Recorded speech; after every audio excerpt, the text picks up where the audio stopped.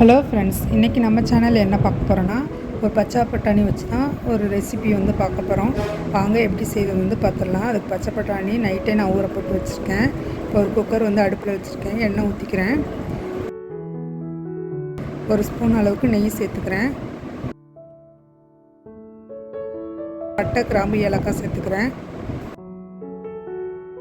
இஞ்சி இலை சேர்த்துக்கிறேன். இது பொரிஞ்சதுக்கப்புறமா வெங்காயம் கட் பண்ணி வச்சுருந்தேன். வெங்காயம் சேர்த்துக்கிறேன். இதுக்கு நான் 3 பெரிய வெங்காயம் எடுத்திருக்கேன். அதை நீல வாக்கில் கட் பண்ணி எடுத்திருக்கேன். இதை எண்ணெயில் நல்லா வதக்கிடலாம். நல்லா ப்ரௌன் கலர் ஆகிற வரைக்கும் இதை வதக்கி எடுத்துக்கலாம்.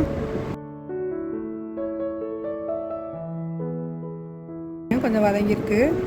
இந்த ஸ்டேஜில் மிளகாய் தூள் சேர்த்துக்கிறேன். காரம் தகுந்த மாதிரி நம்ம சேர்த்துக்கலாம். மிளகாய் தூளோட பச்சை ஸ்மெல்லு போகிற வரைக்கும் இதை நம்ம எண்ணெயில் வதக்கிடலாம். பண்ணி வச்சுருந்தா தக்காளி சேர்த்துக்கிறேன். நான் 2 தக்காளி எடுத்துருக்கேன். இதே எண்ணெயில் நல்லா வதக்கிடலாம். புதினா, கொத்தமல்லி சேர்த்துக்கலாம்.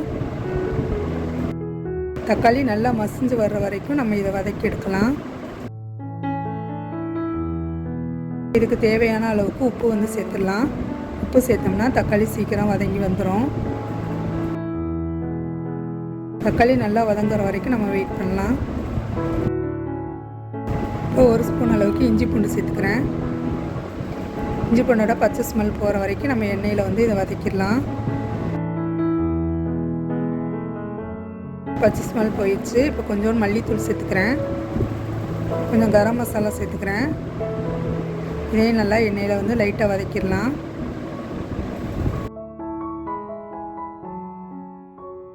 இப்போ 1/2 கப் அளவுக்கு நான் தேங்காய் பால் சேர்த்துக்கிறேன். தயிர் இருந்தால் தயிர் சேர்த்துக்கலாம். நான் இப்போ தயிர் இல்லாதனால பால் சேர்த்துக்கிறேன். இப்போ ஒரு லெமன் புழிஞ்சு விட்டுக்கிறேன்.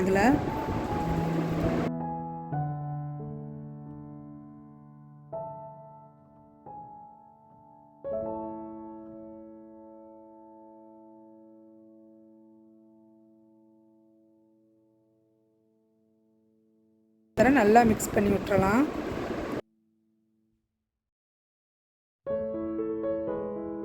கொதி வந்ததுக்கப்புறமா நம்ம ஊற போட்டு வச்சுருந்த பட்டாணியை சேர்த்துக்கிறேன். 1-1.5 கப் அளவுக்கு பட்டாணி சேர்த்துக்கிறேன். பட்டாணியை கிரேவி கூட நல்லா மிக்ஸ் பண்ணிடலாம். கிரேவி கூட நல்லா மிக்ஸ் பண்ணியாச்சு. இப்போ இதில் நான் 1 கப்பு ரைஸ் எடுத்திருக்கேன். அதனால் 2 கப் அளவுக்கு தண்ணி சேர்த்துக்கிறேன். இது நார்மல் சாப்பாட்டு ரைஸில் பண்ணுறேன். இப்போ நல்லா தண்ணி கொதிச்சிருச்சு. இப்போ ஊற போட்டு வச்சுருந்த அரிசியும் சேர்த்துக்கிறேன். அரிசி சேர்த்து நல்லா மிக்ஸ் பண்ணி விட்டு நம்ம குக்கரை மூடி போட்டு ஒரு 3 விசில் வேக வச்சுக்கலாம். 3 விசில் வேக வச்சுட்டு 3 விசில் விட்டுட்டு ஒரு 5 மினிட்ஸ் சிம்மில் வச்சுட்டு நம்ம அடுப்பு ஆஃப் பண்ணோம்னா நம்மளுடைய பட்டாணி பிரியாணி ரெடி ஆயிரும்.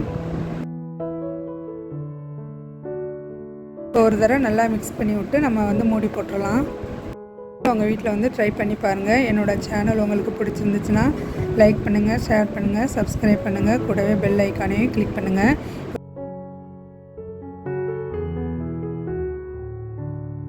இப்போ 3 விசில் நான் வேக வச்சு எடுத்துட்டேன். இப்போ ஓப்பன் பண்ணி பார்க்கலாம். சூப்பராக நம்மளுடைய பச்சை பட்டாணி பிரியாணி ரெடி ஆயிடுச்சு. இது கூட தயிர் வெங்காயம் வச்சு நம்ம சாப்பிட்லாம். பச்சை பட்டாணி பிரியாணி தயாராகிடுச்சு.